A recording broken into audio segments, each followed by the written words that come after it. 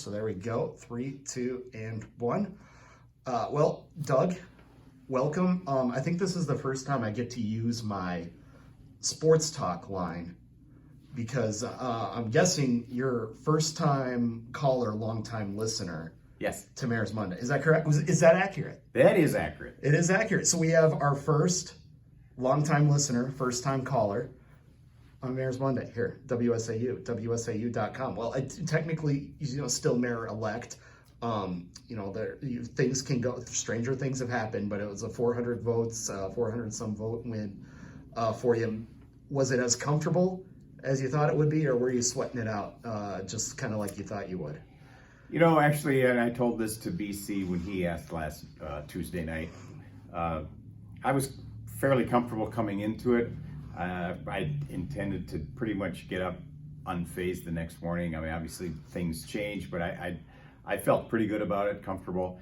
We did start getting a little nerve-wracking when we had 82% and we were up by 200, and then it stopped, and we were waiting and waiting and waiting. Right. It seemed like 40 minutes went by, and so then we started, my team was checking the computers, and boy, we were, I wouldn't say scrambling, but kind of nervous about what was going on.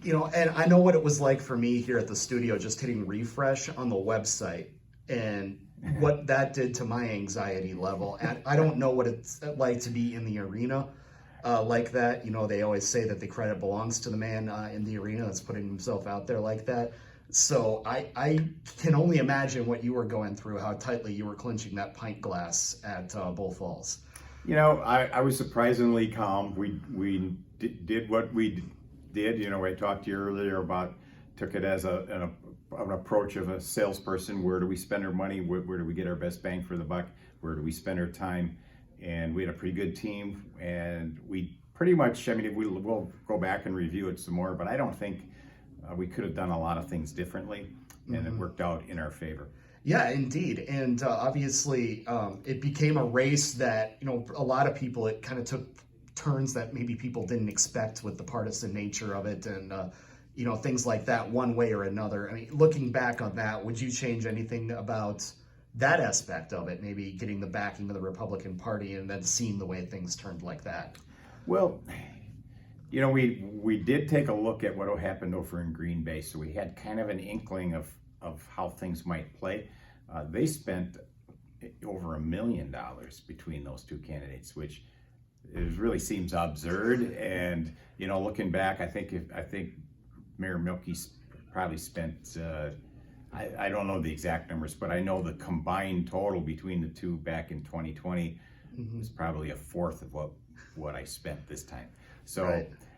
A little bit unsavory to think about that. That's the route somebody has to take. But when we started out 5 months ago, we didn't know for sure. I was willing to put quite a bit of my own money in. We did a grassroots campaign. My wife mailed out over 1,500 fundraising letters, and she hand wrote the envelopes.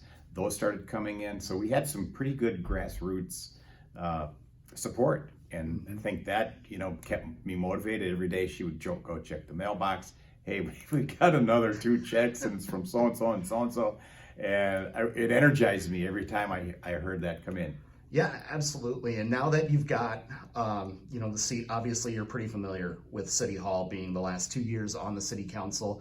I know you've already kind of said you're going to be leaning on the department heads. Obviously, they're not changing. They're not going anywhere. That's kind of the consistency. But what are you looking to come in there and put your stamp on right away as mayor in that first, we'll say, 3 to 6 month window? Well, I have a list. One of the things we did talk about is transparency, and I'll say transparency in kind of the term of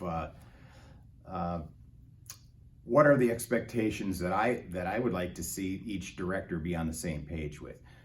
Getting the 6-day rule in place so that we're, and for the press, so you can see it and hey, am I going to go to the baseball game with Wizza, or am I going to go attend the Economic Development Committee meeting, So exactly. We want to give you, and we want to give the residents, and we want to give alders a heads up. So that'll be the first thing, is to coordinate staff and see if we can increase that lead time there. Well, I've got a few things that we're working on. I've got a kind of a to-do list.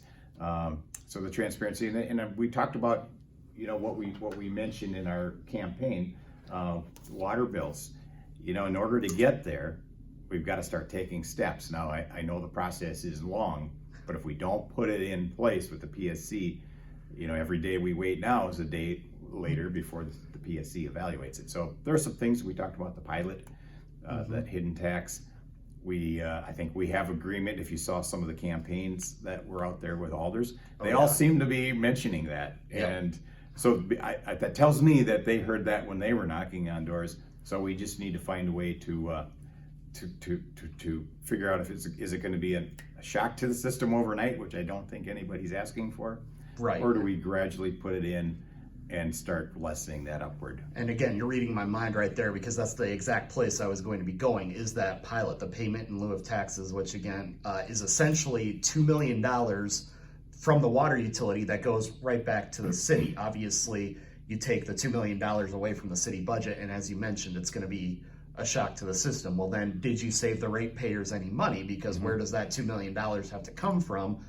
Well, likely the ratepayers. And I think that's the part of the conversation. It's so cyclical like that.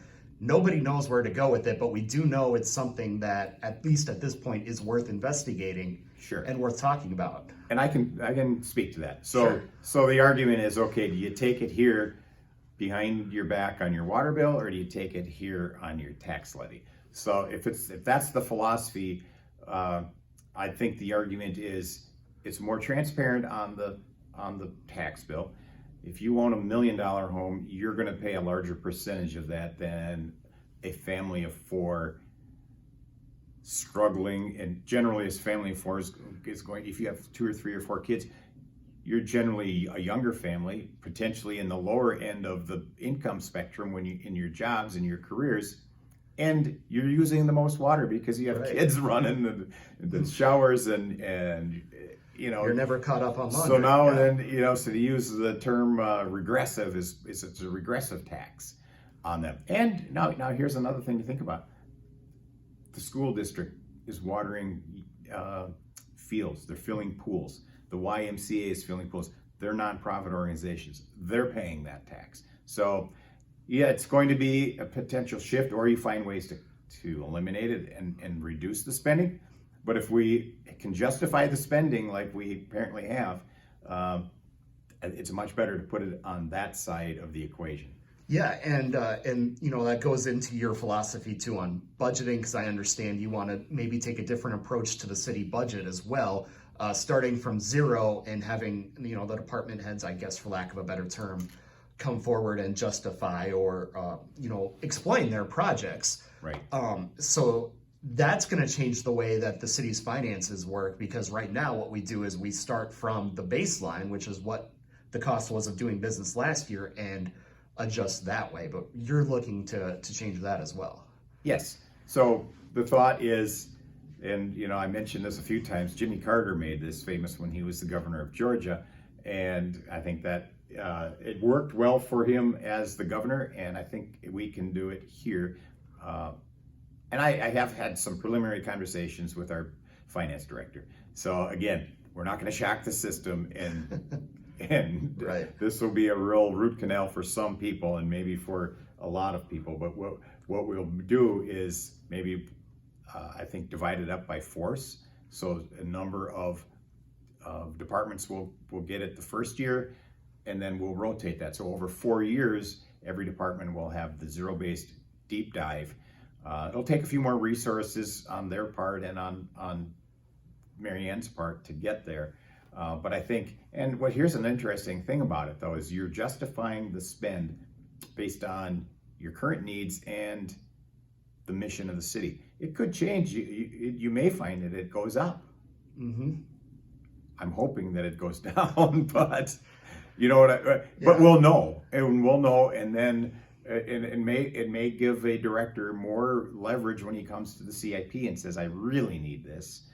And it's an opportunity to put it on the table. Yeah, and again, you mentioned deep dive, in there. I think that's probably something that a lot of taxpayers might appreciate, because people look at sometimes the money that things are getting spent on, and they wonder, is our money being spent wisely? And I mean, just me hearing that from you kind of sounds like, yeah, I'm a concerned citizen on this too, and I'm in a place to maybe do something about it. Absolutely. You know, and I'm speaking high level here, obviously. That's the military coming out, right? A little bit, but I did run it past the finance director a few times just to feel out whether or not I was on the right track. You know, and obviously it's an extra burden on that department, but I think if we understand it and there's an education piece to it, we understand why we're doing it. I think residents will appreciate it. I think directors should appreciate it, and you know, Mary Ann's a professional, and we'll get our way through it. Right. And yeah, exactly. Put the good people in their spot and then get out of their way, you know, be available, but don't be helicoptering over them, correctly? Right. I will not be putting the green shade on and running the spreadsheets myself.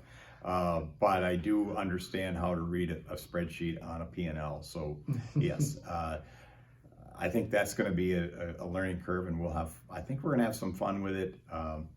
I guess budgeting and fun is probably an oxymoron. Exactly. But it is probably the most critical thing that alders will have to vote on. And, you know, alders sometimes come in and there's a 200-page document that's the budget. Very few other than the finance committee gets a real deep dive into that. So I think this will be helpful for all of those involved. Yeah, absolutely. One more thing before we let you go. I told you I was gonna, in the pre-interview, I was gonna pull something out from a couple of years ago. So here it is. And this is not something that I ran by you beforehand. I'll even see if you remember it. It was a couple of years ago, actually, at the budget meeting. You brought up a last-minute addition to the budget for about, I believe it was $160,000 for a city administrator. Mm-hmm. This discussion see, there we go. Yeah, I remember it. You remember it, yeah. This discussion's obviously been had a time or two in the city. It's been put on the shelf. It's been kicked around. It's been the subject of a billboard near Rothschild for a city administrator. Mm-hmm. Is this something that is going to be on the wish list for your 4-year term in office? I would say it is not a first 100-day item at all. We have so many other things to focus on. I think it needs to be more organic if it comes out, because I think directors have brought this to me, but I think it's worthy having a discussion. And one of the feedbacks that I got when I presented that the first time was, hey, this wasn't the right format. This wasn't the best way to do it. So I've tried a couple other different ways. I think a committee of the whole, we'll get a look at once we get situated with this council, and we'll let that simmer. But it's not a 100-day item. Yes, yeah, because that was the overwhelming discussion. It was, this is something that's worth having, but not in this format, not as a last-minute addition to the budget, things like that. But I think whether, you know, that was the goal, was to slip it in and see if it would pass, or to start the conversation, it definitely kind of came up as something that, yeah, let's have this conversation, because obviously the way you run a city has changed probably since the last time it's been brought up. That's a good point. It's a couple of different reasons why one presents something. There's reasons why you guy asks a question. You know, you either don't know the answer and you just want to know. You know the answer, you want to test the theory, or you know the answer and you want to put it on the record. So there are opportunities, and this happens where we put something out there because you need to start moving the cheese, and if you don't and you sit on it, it never goes anywhere. So did I think it was going to pass? No. Did I think we had a chance to at least discuss it? Yes. Mm-hmm. So maybe year 2 or year 3. We'll see what the feel is once I get a few of these things in place and see how it looks. But you know, I'll be talking to other mayors next week. I'm going to a little mayor's Sure. conference. Mike Wizza, you guy you know. Weeza, yep. I'd never talked to him before, but he called me this morning and he Oh, sure. invited me to this. So I'm looking Yeah. forward to meeting him and a few other mayors. And I'll be asking these questions of them and how their operations are working and what they think. And obviously they're looking at this. This is a statewide. This has some attention for some reason. Wausau, and Right. let's keep Wausau on the map for good things. And if people are looking at us, obviously they want to see what we do. Absolutely. Well, hey, Doug, we appreciate the time on short notice like this again. Again, congratulations on the win, and I guess get ready. We've only got about 4 dozen of these to do over the next few years. Well, I'll give you a quick Army quip here. Sure. Since you're wearing the I am wearing my Army hat. today. Yeah. If you ever watch Jocko Willink, he's a Navy SEAL. But we used to use this term when you're landing these guys into the fray. The pilot would give them a warning that we're ready to land, and they would say, "Stand by to get some." So I'm going to say, "Stand by to get some." We're a short final for our mission. Absolutely.